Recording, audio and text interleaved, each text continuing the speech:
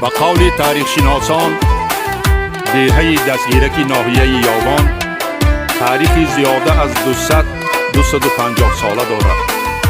اولین بنیادگری آن مولوی از کلاب است.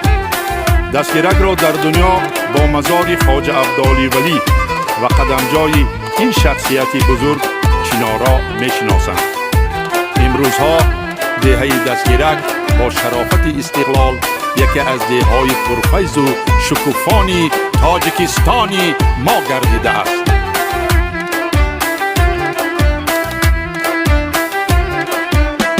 دستگیرک دهه زیبای یاوان باشد، مردمش مهنت قرین و چهره خندان باشد. دستگیری دستگیرک خواجه عبدالعلی ولی قدم جای خواجه